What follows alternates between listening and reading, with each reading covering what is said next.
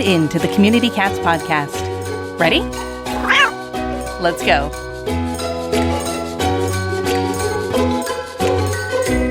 Hey there, it's Kristen, your technical tabby at the podcast, back again with part 2 of our special drop trap tutorial, Drop Traps, a Trapper's Best Friend, that was presented by our friends at Neighborhood Cats back in June. If you haven't listened to part 1, you may want to go do that first before you start this one. Last week we tackled the basics, and today we're going to level up. Bryan Kortis returns to share creative, field-tested strategies to help you handle the toughest trapping scenarios. Think uneven terrain, higher volume projects, post-disaster environments, and those extra savvy cats who really think they've seen it all. You'll pick up clever hacks like using pads to stabilize traps, incorporating sound cues, and even tapping into some natural behaviors, like using kittens or queens as lures when you really need to seal the deal. Bryan also walks us through how drop traps became a life-saving tool during their rescue efforts in Maui's wildfire burn zone, including the development of an ingenious auto drop trap that works without a person being there to pull the cord. I promise you, it is very cool. If you're ready to expand your trapping toolkit and boost your success in the field, this session will give you all the confidence you need and the know-how to go ahead and take that drop trapping to the next level. And if you'd like to watch the full webinar with all the visuals, you can find it anytime at communitycatspodcast.com/TNR training. And next week, we'll be back with a regular episode. All right, let's get into part 2 of Drop Trap, a Trapper's Best Friend. Okay, everybody, welcome back. So first, we're going to just start off with a few just random tips that might be helpful for you. So this is, sometimes people struggle with, is the cat in far enough? Is their tail in? So what you can do is if you're on a like concrete or something, you can just take a piece of chalk and draw the outline on the ground. So you have you can see exactly where the cat is in relation to the drop trap. If you're on grass or a soft surface, you can use flour and just create that outline. Another tip, if you're using a rope and you're a long way away and it starts getting windy, then you're going to notice the string blowing around and potentially just making it harder to do the pull. So what you can do is just take a light piece of wood, like this is maybe a 1x1, and just rest it on the string about midway through, and that will stop the rope from blowing all the way to the side and creating this long arc that kind of messes with the tension of the string. Nothing too heavy though. It needs to be light so that it's not going to interfere when you're pulling. Very important tip. Whenever you can't always, but whenever you can use a bowl that the cat is already familiar with, you want to go with that. Because again, we're trying to convince the kitties that everything is normal. And if they see their usual bowl, they're very sensitive to that, and that will help encourage them to go under. What you see in this slide, to throw a couple of curveballs together, you see a familiar dish, which is this sort of flower shape with multiple bowls coming out the middle. And normally you would say this is way too big for a drop trap. And the way we got around that problem was we put the drop trap, you can see, so that one side of it was very close to a wall, like maybe an inch or two away. So that eliminated that whole side as an escape route. And then we put this odd-shaped bowl into that back corner so that kitty would have to go into the far corner, and that would give us the time to pull because she couldn't get out to that side. She'd have to go a little bit further, and that made it possible for us to use this. Now, I think we wanted her to go to where the food was, which was in the middle or one of the back pedals, but unfortunately she started licking one of the front ones. But because of the positioning of the trap against the wall, you'll see we had just enough time to catch her. So use a familiar bowl, and then you can be creative. Now, unless you have some experience with drop trapping, don't try the thing with the wall because you have to be pretty precise about it. But once you've got a few cats under your wing, then you can start to play around with these types of situations. Now, what about a mom and kittens? So that's always a big problem, right? For when you're trying to trap mother and kittens, especially young kittens. So you can use them as bait. in this slide, what you see are, I'm not sure if it's the mom or the kittens. It's a little hard to make out, but one of the two is in this transfer cage. And the transfer cage, you can see how it's positioned under the drop trap with all sides covered except for the side where you want the kittens or the mom to be positioned, right, which is in the back center. So in order for the kitten to get to her mom, she's got to go be in that spot where you can then drop the trap. So you can do this if you've got the mom and you're trying to draw the kittens into the trap. You can do it if you've got the kittens and you're trying to draw the mom into the trap.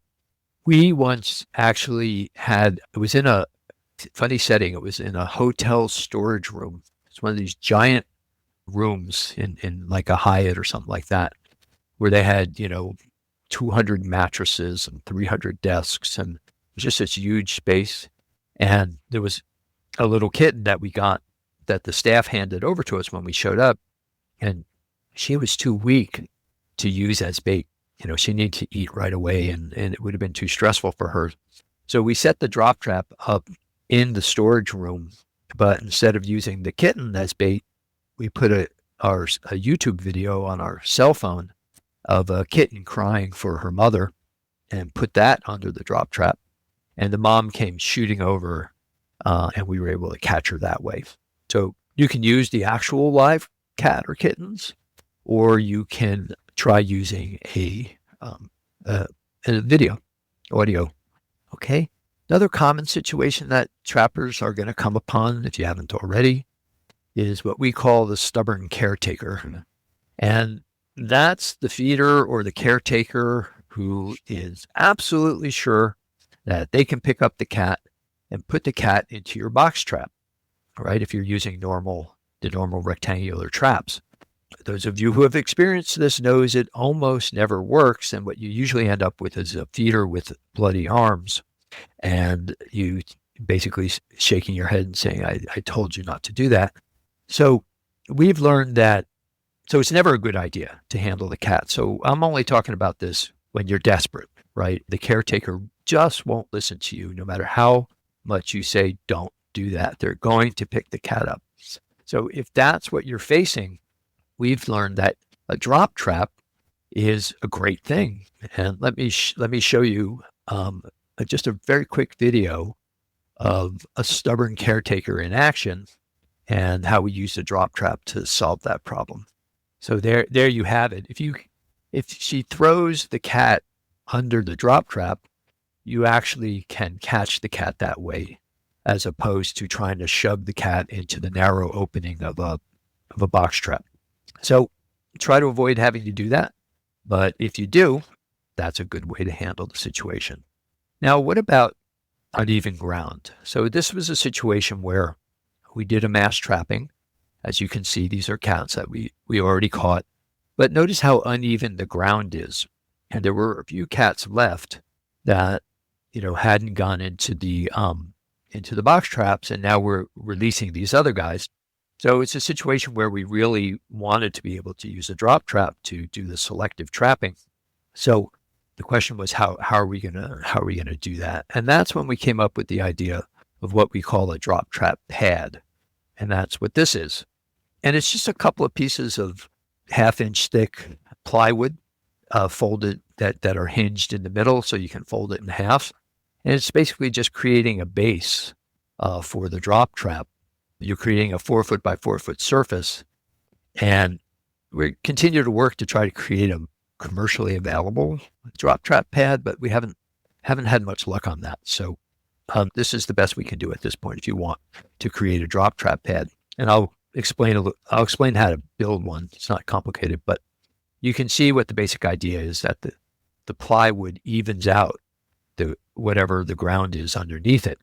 So here you see we're back at that exact same spot where the ground is uneven, but now we have our drop trap pad. And sometimes you have to take some rocks and put them under because, again, the pad is hinged in the middle, so it's easier to transport. So if it starts to sag in a spot, you might want to stick a rock under it or something like that because you want a nice flat surface. And you can see how Kitty did go under, didn't have any problem sitting on the drop trap pad, and then again, we're able to catch him that way. This is also useful when the ground is not uneven, but it's very soft, maybe like peat, kind of a peat moss texture, and a cat would be able to quickly dig out from under it. By creating a hard surface, you prevent that from happening. So here are details about how to construct them. I'm not going to go over each detail now, just very briefly, but you should download the handout of all the slides today, and then you'll have this if you decide you want to make one. So you've got 2 pieces of plywood that are 2 feet by 4 feet, right?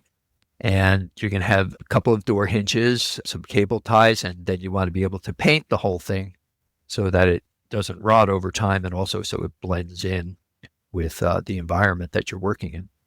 When you construct them, you obviously attach them with the hinges, and then you paint the whole thing. In the back corner, you're going to drill a couple of holes in the locations you see on the slide, and you're going to put a cable tie through it in order to create a loop. And this is what the back of the drop trap is going to be attached to. So it's important, obviously, that since you're on uneven ground, you can't have the drop trap being dragged off the pad. That would completely eliminate the whole purpose of the whole thing. So you need it to fall and stay in place, but you need something that isn't going to restrict the movement of the trap downwards either. So that's where these loops come in. So you're going to have a couple of cable ties in the back corners that are just going to always stay there. They're just going to be part of the pad. And then when you're setting up your trap, you attach the back of the drop trap with another cable tie loosely. You'll see the word, you see how that orange cable tie is not pulled tight. It's left loose so that we're not interfering with the downward motion of the trap once it's falling down.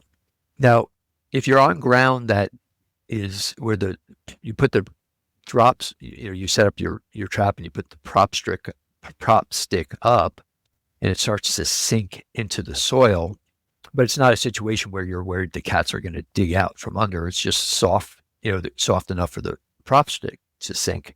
You get around that with one of these French fry food boats is what they're called, or French fry plates.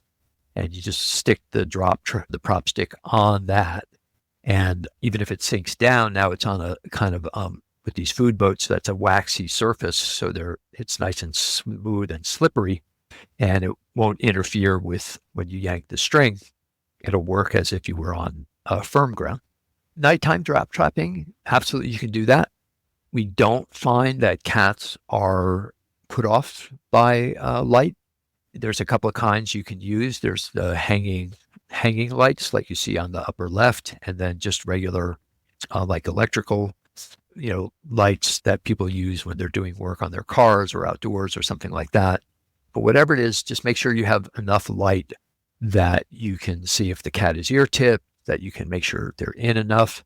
I did work with some professional trappers who, on another project, who preferred using green lights. They had headlamps that had a green light option. Some of them actually also had red light.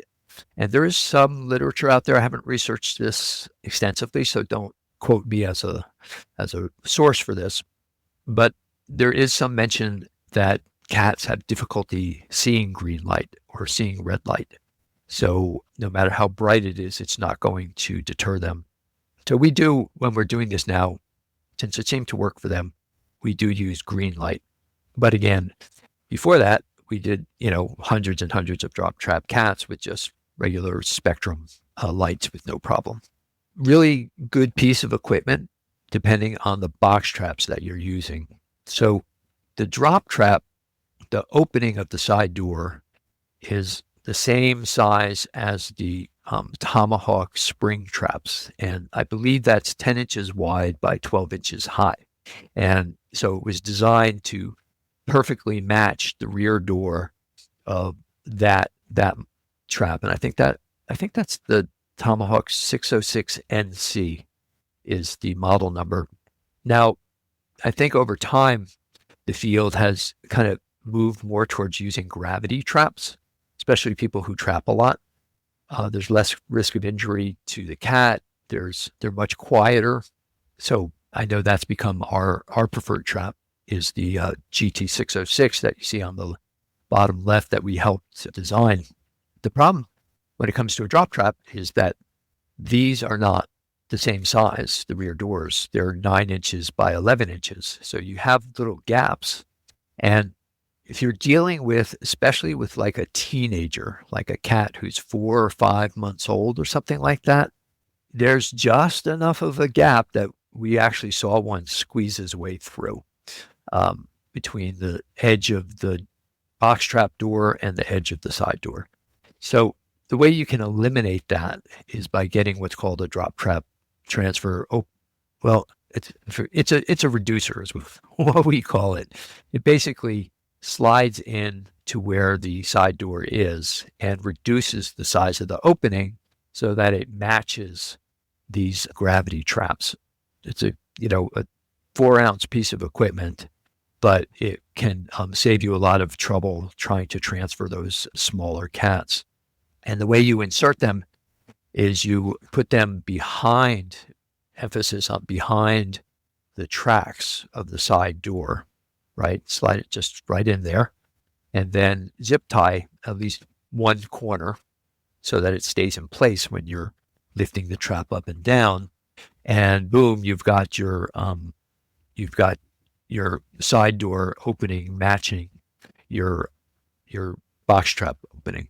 So just check to make sure once you've done this, take the side door of the drop trap and raise it up and down a couple of times just to make sure the track is nice and smooth and you haven't put something in a place where that would interfere with it at all. We use it on it. We just put it on every drop trap that we use now as a kind of a standard piece of equipment. When we launched the Community Cats podcast, our goal was simple: share stories and strategies to help cat lovers turn their passion into action. But something amazing happened.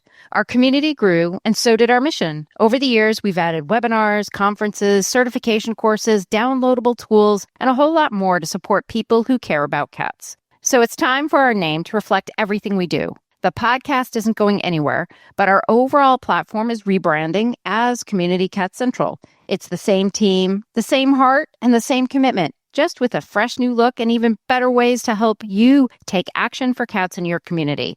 You'll start seeing updates soon, including a brand new website, smarter email tools, and resources that are easier to access and use. We're so grateful to have you on this journey with us, and we can't wait to show you what's next. Want an easy grant opportunity for your animal organization? Maddie's Fund is giving away a $3,000 grant each month to one lucky Maddie's Pet Forum member. You'll automatically be entered to win each month when you start a new discussion, reply to a new post, or upload a new library resource. Learn more at forum.maddiesfund.org today. Tomahawk Live Trap exceeds customers' expectations by providing them with the highest quality humane animal control products available. Check out their new Pro Series Gravity Door Trap. They feature a door that sets automatically when you open it. No hook or plate setting needed. Use discount code Keep It Humane for 10% off your order at livetrap.com.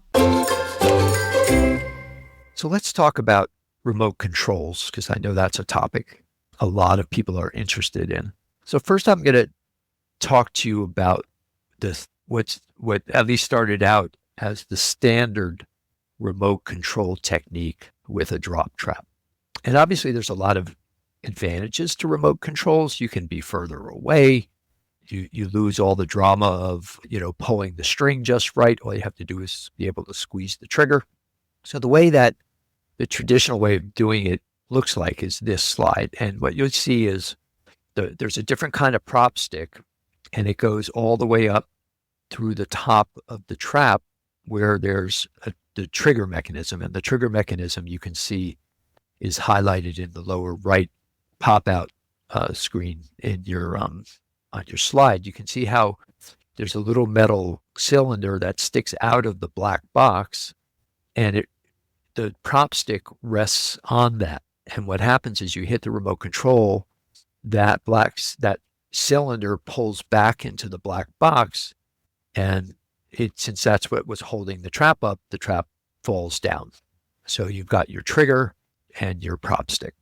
Now, the problem that we found is something you're going to see in this video. Let me play it for you. So this is the traditional remote control drop trap setup, and watch what happened. Okay, darn, right? Because that was like cat number 31 in a 31 cat colony. So we were not real thrilled about that. But let's take another look at that same moment of truth there in slow motion and see if you can catch what happened. Okay, so let me put that to you. What do you think happened there, Deborah Robinson? Did he hear the motor? And the answer is yes. The remote control. So here's the moment of truth. And you can see the trap has not started to drop, but he's already on the move. And that's because he heard the remote control. And it takes a split second for the cylinder to pull, for the motor to pull the cylinder back. When you have a really savvy cat like this one, who's just hypersensitive, he heard something and he took off. And he just required that split second in order to escape. So that didn't make us real fond of drop trapping, using remote controls in this way, because you're often after that toughest cat who you couldn't catch normally. So this is another way to use a remote control that we think is much, much better. And this is where you lay the drop trap flat on the ground and you set the remote control up with the side door instead of with the prop stick. And in order to do this, you're going to need an adapter for the remote control. It's called a side door bracket that the black box sits in. And it's not an expensive item, and you can get it at Tomahawk Live Trap. So let me show you this side door remote control in action. And this is a group in Queens who took this video called TNR Utopia, and they were kind enough to share this footage with us. And this is, you'll see, first they try to use box traps with these cats, and none of them were having it. So they came back the next day, and they set up this box trap. So these cats were hungry, but not going into box traps. So there you have it. There's something about the drop trap on the ground and it being a nice big space that makes the cats feel comfortable, and they'll go in now, especially if they're hungry. You can see they were very wary of the box traps, but they marched right in, and he was able to be patient and wait until he had 3 of them all eating at a bowl. And you saw the trigger when he held that up. That's what you're pressing to literally set the remote control off. So I wanted to, related to this, talk a little bit about some of the use of drop traps that we had when we were neighborhood cats, coordinated the rescue of over 600 cats who survived, free-roaming cats who survived the Maui wildfire. And that took place in August of 2023, that fire, and it wiped out, it killed about 100 people, and it destroyed about 5.5 square miles of a very densely populated area. And a lot of the cats who lived outside, they hid in the storm drains and they rode out the fire and emerged afterwards. So that was we were hired to get them out. One of the things we did is we set up these feeding stations throughout the burn zone. And you can see they were your basic storage bin with the front cut out. And we had litter pans of food and water inside each of them. So the first 80% of the cats, the first 480 or so, we just used normal box traps. And because we knew where they were eating and we had cameras on all the stations, so we knew how many there were, we were able to withhold food and trap the cats in kind of the normal way that most people trap. And that worked fine until it didn't work. And when we got down to the last 20% of cats, they just weren't having it. And also more and more people were entering the burn zone. In the beginning, Susie and I were like, and our team were the only ones in there just about.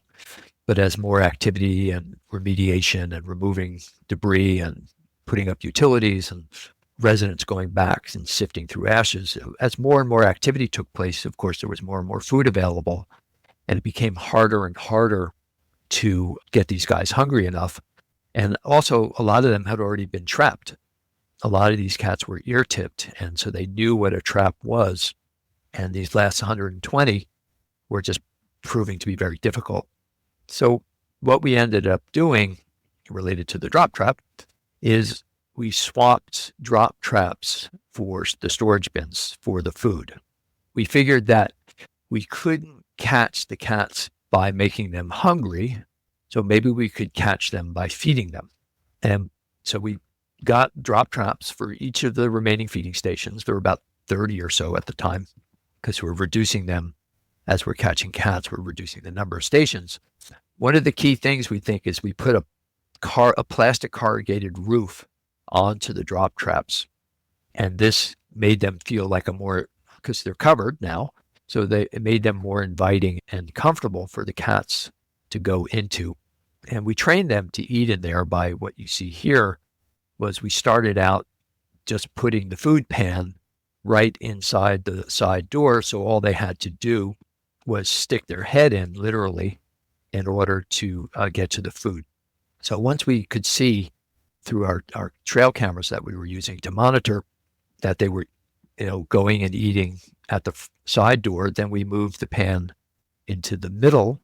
And then once we saw they were eating in the middle, naturally we moved the tray all the way to the back.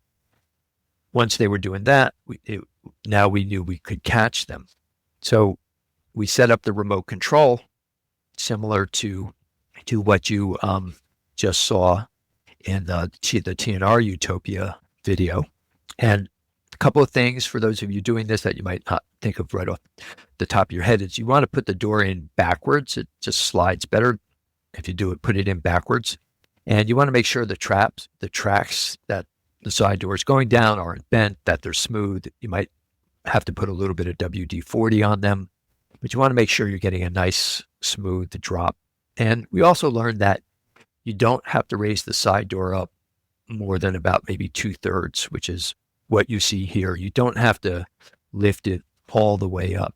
And then you wait until the cat goes all the way in, is eating in the back. You hit the trigger. And another thing with using the side door for a remote is the side door drops much faster than if you're pulling on the prop stick with a string. We're talking split seconds here, but it's considerably less relatively. So it makes it almost impossible I've never seen a cat outrace the door dropping. So I wanted to give you another look at that inside the burn zone itself. And this was a feeding station. You can see the drop trap feeding station there, right? Surrounded, by the debris. And so the cats at this location were trained to going all the way in. And then here's just a quick video of what it looks like at night with a green light, by the way, and using this remote control. So you see how quickly the door drops. So we caught a lot of those last 120 cats using this technique. Another thing the problem with, from our perspective with this technique with the remote control is that somebody has to be there, right, to pull the trigger. So you end up with a timing problem. And when you're down to like 40 or 50 cats over 5.5 square miles, timing gets harder and harder the fewer and fewer cats there are. And it was becoming, and now you're down to the savviest of the savvy cats. And some of them just, if they could smell a human being within, a quarter mile, they were not going anywhere near the feeding station. So one of the things we came up with was what we called the tunnel trap.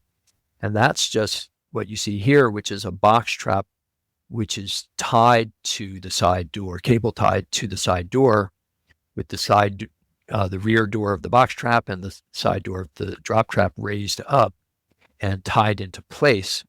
And now for Kitty to get the food in the drop trap, they have to pass through the box trap, and the box trap is set. So we caught a number of cats doing that. But when we got down to there were some cats, just wouldn't go for it. So we actually invented what we called the auto drop trap. And that's what you see in this slide. It's a do-it-yourself, it's not a commercially available thing. But what we did was we created a trip plate. And you see the food dish, the litter pan, is in the back right corner of the drop trap now. And it's screened in front. You might not be able to make that out, but there's a little metal screen in front of the litter pan inside the drop trap. So to get to the pan, the cats have to walk on that white trip plate that you see that's attached to a dowel. And that trip plate is attached to the side door with a string that goes through a pulley. And then you can see that little wooden dowel sticking out from the side door. That's what's holding the side door up. The cat steps on the white trip plate, it pulls the string and the wooden dowel back, and it causes the side door to drop. And let me show you that in action. Oops, sorry. Real quick. This is what we call the auto drop trap. And this is how we caught the very last cats. One of the handouts is instructions on how to build one of these. If you're at all comfortable working with your hands, it's not hard to do. We give you all the exact measurements, and you don't need any special tools. You need a drill just to make a hole in the wooden dowel trigger. Otherwise, you don't need any special equipment. It takes about maybe an hour and a half or so to build it, and then you can disassemble it. And when you reassemble it in the field, it takes about 15 or 20 minutes. So it's a definite do-it-yourself thing. But if you're in a situation like we were, where you can't be there and you have to trap whatever cat you can, it was a great tool. Saved us. Just wanted to share with you, talking about trail cameras. It just came out about a week ago. There's a trail camera now that offers a live video view. So if you're drop trapping, especially at night, you can set this camera up close to the drop trap and watch. Instead of peering through binoculars and guessing whether the cat's ear tipped or this or that, you can set up this camera and just watch like you're watching on TV. And especially if you have a remote, you can see when to pull the trigger, but it can also help you with the string. It's a little pricey. It's $199, and it's a cellular camera, so it connects to your cell phone, the images, and there's about $13 a month. But we're getting one because it's just, it's a game changer when it comes to drop trapping and being able to, know whether this is the cat you want. Okay, I want to talk quickly about mass drop trapping. This is something you can do when there's what we call cluster eating, which is what you see in this slide. And that's when the cats are used to all eating together out of the same bowl. You see how they cluster around the food. So you can, in these colonies, it has to be they're already doing this, but if they're doing this, you can see how we put a big bowl of food under the drop trap and they cluster around that. You got to, this is for advanced. This is not for you guys who haven't done this yet. You want to get a little experience under your belt, but you're watching, you're waiting to the right moment when nobody's, got their head under and most of their tails are under or close enough. And then you're just literally pulling the string and you're catching several cats at the same time. And then you're going to do the same. You're going to cover them up and you're going to do the same transfer process, one cat at a time. I want to take you to a situation where a lot of these, where we face multiple challenges, and then we combined using a lot of these tools that we've talked about today. This was in a park where you could see the cats. They were an extremely feral colony, and they lived in this concrete heap of, I don't know, somebody must have knocked some big building down and they dumped all the pieces of concrete. It created this little hill, and the cats lived inside of it. And here you go. And you can see the heap of concrete on your right and this fence on your left and this narrow strip of ground in the middle. Well, the cats would eat against the fence, and they would only eat against the fence. So they would come out from the pile, cross the path, eat against the fence, and they were cluster eaters. They ate groups. And here's the satellite view. You can see the rock pile, the fence right across, and then there was a little slope, little bit of ground that went up that gave a somebody a good vantage point to watch the cats as they're coming out of the pile and going to the fence. So this is just a schematic of the same thing. You can see how the cats went out. They went to the feeding area and ate in that way. So we wanted to try to trap a whole bunch of them quickly as part of a mass trapping. So this was our setup. We put 2 drop traps in the feeding area on pads because the ground was uneven. So we had another challenge that way. And we had a spotter up on the slope and far enough away the cat wouldn't bother the cats. And then we had our trappers all the way down the path. And we had 2 people, 1 for each drop trap, who would pull the string. But there's a problem here. Do you see what that is? There's one more challenge with this setup. We got our pads. We solved the uneven ground. Too far away? No, not too far away. It's as far as your rope goes. Not straight in front. Yeah, that Caitlin got it. The problem. Look at the severe angle that these trappers are at.